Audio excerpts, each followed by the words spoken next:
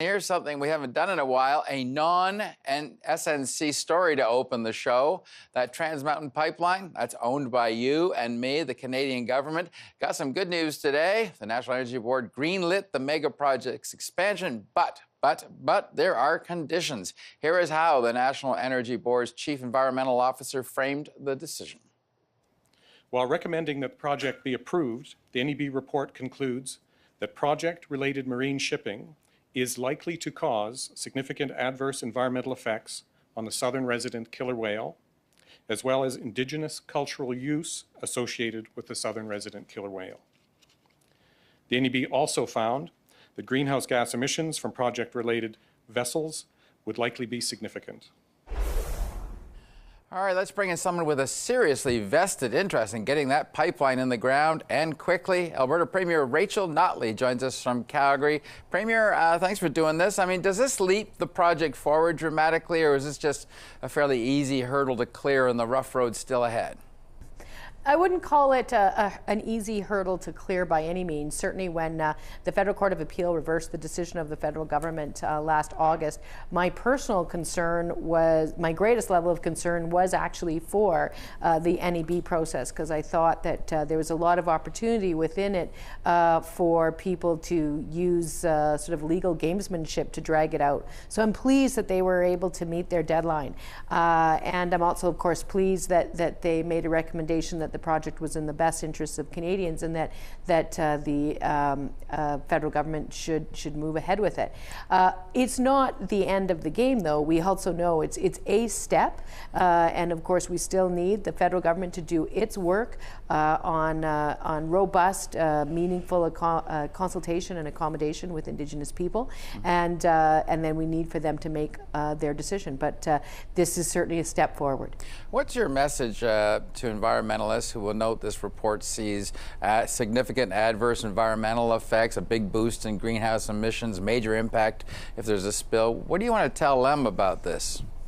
Well, it's interesting, you know, because I read that in sort of the summary of the decision, and so we dug through the 750 pages to get a better explanation of how they could say those things, and ultimately what they said was, listen, you know, the killer whale has already passed a threshold, and so it is currently the subject of adverse environmental effects now because of what's going on in the port, and that in fact the amount of traffic will increase in the port, and so the risk will increase, and therefore any increase amounts to a significant adverse effect. And so I think it's important to put that in context. And right. The important thing there then is that as a result of Trans Mountain, what we've got is a major new investment and major new initiatives being taken by the federal government to actually start doing the real work to protect the killer whale, something that wouldn't have happened, quite frankly, otherwise. So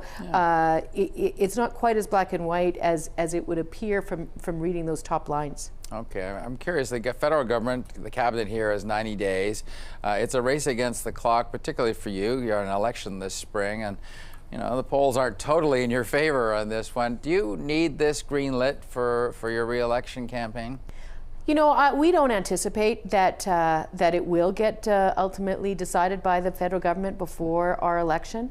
And quite frankly, I think what people need to see is that there is hope that the project's still alive, that the right work is being done, that it's not being politicized, that we're doing our homework and doing it well to make sure that if and when the federal cabinet does make a decision in favor of the pipeline and frankly the Canadian economy as a whole, then that decision will last.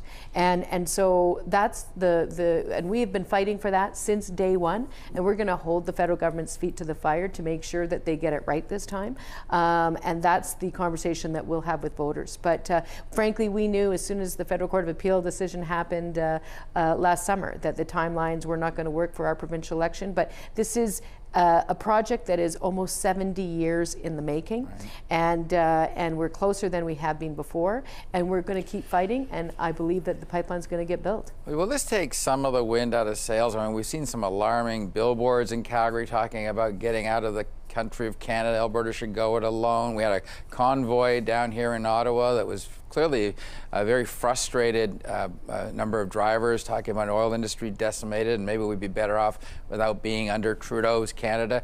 I mean, do you sense that's a real problem, and do you sense this starts to take that down a notch? Well, I hope it takes it down a notch. I think, what the polls show is the vast majority of Albertans want to be part of a Canada that works. And my view of this is that we're going to get this nation-building project built by bringing Canadians alongside us and supporting us, not by embarking on a campaign to divide the country. Frankly, that doesn't create prosperity, that doesn't create economic growth, that just creates uncertainty and anger. And it's a short-term sort of politicized answer to a much more complicated problem. And frankly, all of our leaders need to do better than that. So, and I think that most Albertans agree with that. Right, you moved ahead with this, I guess someone would look at a very aggressive lease of 4,400 rail tankers to sort of accelerate these exports to the coast, and that's going to happen this summer. Does this decision give you hope you might not need to take that step, or are you going to take it anyway and then let the chips fall where they may in the fall? No, the decision was made as a result of a great deal of research and consultation with experts in the field.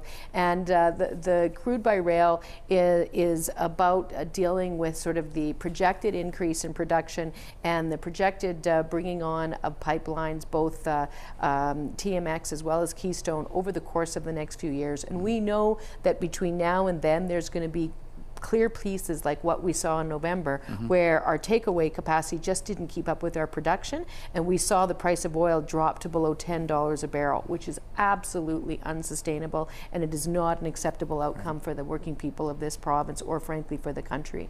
And so the crude by rail, ultimately, I mean, it will make money for Albertans and ultimately even for Canadians, and it's a necessary initiative to make sure that we're not in a position of having to curtail our production for any kind of extended period of time, because that's just bad economics. Got that right. All right. Glimmer of good news for the Trans Mountain. Let's see what happens. Rachel Notley, always a pleasure having you on the show. Thanks for taking the time. Thank you, Don.